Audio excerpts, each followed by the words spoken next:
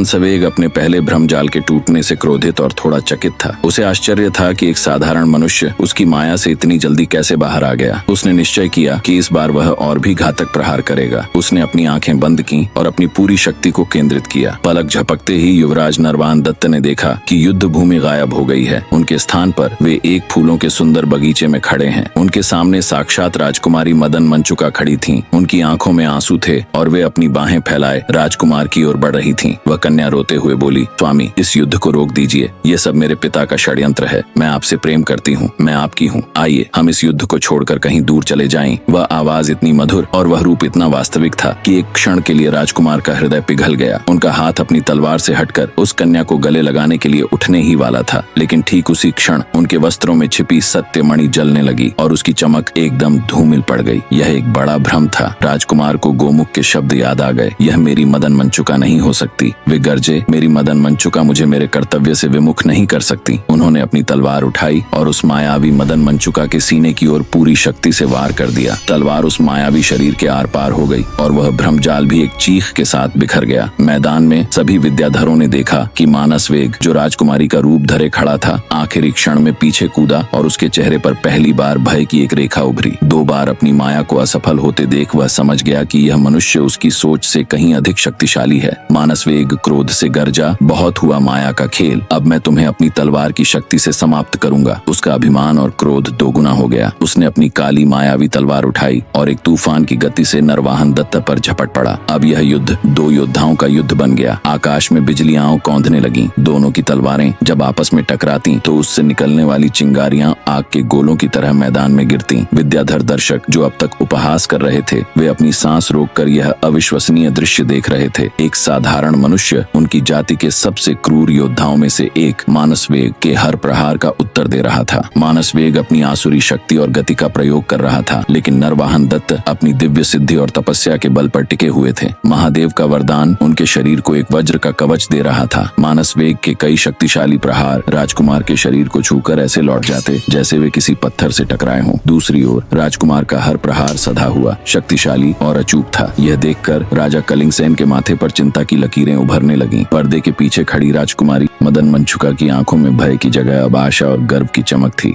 वह समझ गई थी कि यह मनुष्य जो उनके लिए लड़ रहा था वास्तव में कोई दिव्य अवतारी पुरुष है। युद्ध अब अपने चरम पर पहुंच चुका था। दोनों योद्धा थक रहे थे, लेकिन कोई भी पीछे हटने को तैयार नहीं था। यह स्पष्ट हो गया था कि इस युद्ध का अंत किसी एक की मृत्यु से ही होगा।